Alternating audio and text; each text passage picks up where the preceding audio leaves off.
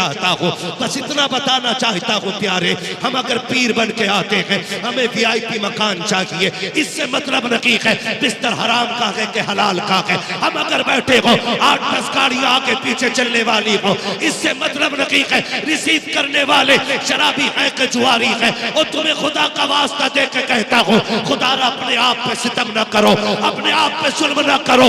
कभी आईने के आगे खड़े हो करके खुद से पूछो, क्या तुम वही अबू बकर हो जिसे मुस्तफा ने सवारा के? क्या तुम वही उमर हो जिसे मुस्तफा ने सवारा के? क्या तुम वही उस्मान हो जिसे मुस्तफा ने सवारा के? क्या तुम वही अली हो जिसे आका ने बनाया के? अगर नहीं तो सुन, आज ले उनकी पना, आज मदद मांग उनसे, कल न मानेंगे कयामत में आकर माने।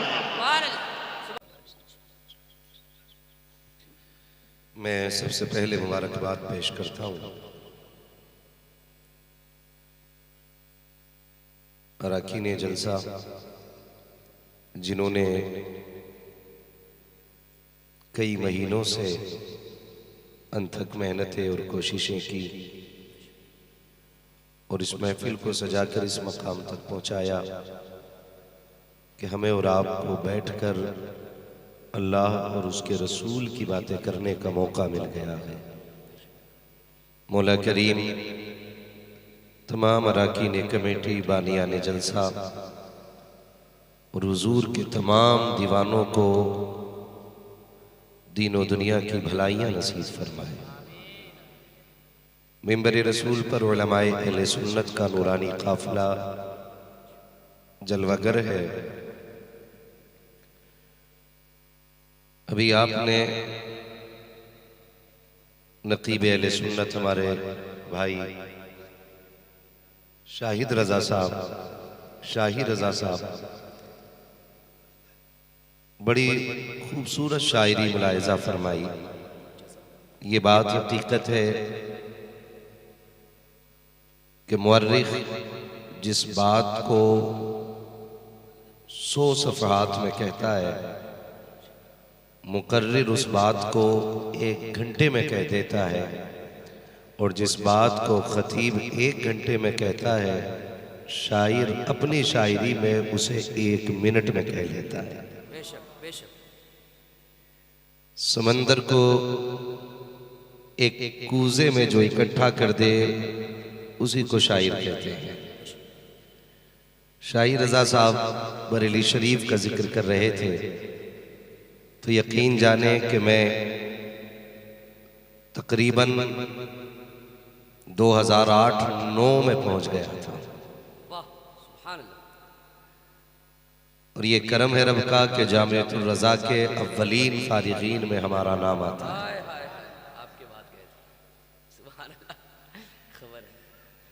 खुदा सलामत रखे हमारे नकीब अहले सुन्नत भाई शाहिद रजा साहब को, उनसे पहले हिंदुस्तान का वो खूबसूरत लबो लहजा जो खूबसूरत भी है और खूबसीरत भी है। शाही भाई कह रहे थे इस बात को कि सैफ भाई बहुत संजीदगी से पढ़ते हैं, इसमें मैं थोड़ा सा इजाफा कर दूं, संजीदगी से भी पढ़ते हैं और अदब के साथ भी पढ़ते हैं। कोई शक नहीं है। और नात वही पढ़ने सुनने में मजा आता है कि जिसको हम बैठ के हिंदुस्तान में सुन रहे हो और दिल गुंबदे खजरा का तवाफ कर रहा है। और इसी को आशिकी कहते हैं। मेरे इमाम ने पहले कह दिया था और इश्क का उसूल सिखाया था कि जानो दिल होशो खिरत सब तो मदीना पहुंचे।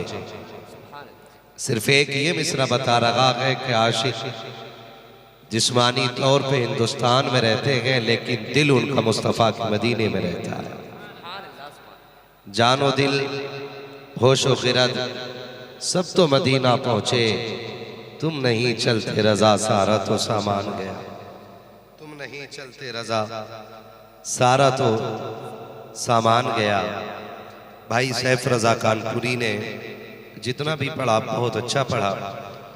उनसे पहले आपने हुजूर सैयद साहब क़िबला से बड़ी दिल आवेज गुफ्तगू मुलाहिज़ा फरमाई, ऐसी गुफ्तगू जो समंदरों में आग लगा दे। ऐसी गुफ्तगू जो शबनम को शोला बना दे, वो गुफ्तगू आपने मुलाहिजा फरमाई। गालिबन महफिल की आखिरी कड़ी के तौर पे मैं हाजिर हुआ हूँ। आपको ये यकीन दिला दूँ कि मैं आपको बहुत ज़्यादा देर थकाऊंगा नहीं, लेकिन इतना अरीज़ा पेश कर लूँ कि मेरी बातें कड़वी होती हैं। अगर तकलीफ हो जाए तो माफ़ कर जाइएगा। और ये कड़वी बातें सिर्फ इसलिए हैं कि बरगे हिना पे लिखता हूँ मैं दर्द दिल की बात, शायद के रफ्ता रफ्ता लगे दिल रुबा के हाथ। मेरी तकरीर तबे यार को बेचैन करती है, सबब क्या है वही कहता हूँ जो दिल पर गुजरती है। मैं कोशिश करूँगा कि जितनी देर बैठूँ हुजूर की गुलामी का हक अदा कर सकूँ। आप दिल आज़ारी न रखें, मैं भी हुजूर का नौकर हूँ, आप भी हुजूर के नौकर हैं। मेरी ड्यूटी नबी नबी करना है और आपकी ड्यूटी नबी नबी सुनना है। मैं कुर्सी पे इसलिए बैठा हूँ ताकि आपसे आसानी से बात कर सकूं, वरना इस मिंबर पे कितने बड़े बड़े लोग ऐसे होंगे कि वो चुप होंगे लेकिन फिर भी बड़े होंगे। ये अलग बात है, खामोश खड़े रहते हैं, फिर भी जो लोग बड़े हैं वो बड़े रहते हैं। ऐसे असलाफ से मिलता है हमारा शजरा, जिनके कदमों में कई ताज पड़े रहते हैं। मुझे एक बात बताऊं हजरत, मैं बंगाल क्यों नहीं आना चाहता। आज भी मालदा के इलाके में लगभग 3 या 4 साल के अरसे में आया हूं। अगर एक मरतबा बीच में आया हूं तो मुझे याद नहीं। सिर्फ इस चीज की तकलीफ रहती है कि यहां पर जलसे नसीहत के लिए कम और लज्जत के लिए ज्यादा होते हैं। यकीन करें, बंगाल और बिहार, झारखंड, इन 3 सूबों में इतने जलसे होते हैं कि आदमी अगर इन 3 सूबों में तारीख देने लगे तो 365 दिन खाली नहीं रहे। मैंने ये 3 सूबे इसीलिए छोड़ रखे कि यहां पर गुफ्तगू लोग नसीहत के लिए नहीं, लज्जत के लिए ज्यादा सुनते थे। और कई बार ऐसा भी हुआ कि लोगों ने तकरीर सुनने को पसंद भी नहीं किया। मगर मैं सलाम करता हूं अरकान कमेटी को कि आज मुझे लग रहा है कि 3 साल के बाद आया जरूर हूं लेकिन सही जगह आ गया हूं। रात का 1 बज गया है लेकिन मुझे ऐसा लग रहा है कि महफिल अभी अभी शुरू हो रही है। उम्मीद करता हूं कि मेरी गुफ्तगू को सिर्फ नसीहत के नजरिए से सुना जाएगा। अगर कोई मेरे लिए आया हो तो भी चला जाए, सैफ भाई के लिए आया हो वो भी चला जाए, हमारे नकीब अहले सुन्नत के लिए आया हो वो भी चला जाए। यहां सिर्फ वो बैठे जो मदीने वाले मुस्तफा के लिए आया हो। मैं देख रहा हूं कि कुछ लोगों के हाथ बड़ी मोहब्बत से उठ रहे हैं और कुछ लोग घूर के देख रहे हैं। कई लोगों को यह भी लगता है, मेरी जबान समझ रहे हैं ना आप लोग, कई लोगों को यह भी लगता है कि नहीं नहीं सुभान अल्लाह कहना छोटे लोगों का काम है। बड़े लोग खाली चुप बैठ के सुना करते हैं। कल ये तबसरे होंगे और ये बात कही जाएगी कमेटी वालों से, कई निकम्मे लोग कहेंगे क्या मिला जलसा करा के, गए तो हम भी थे लेकिन जैसे गए वैसे ही आगे, कोई फायदा हुआ तो मैं जहन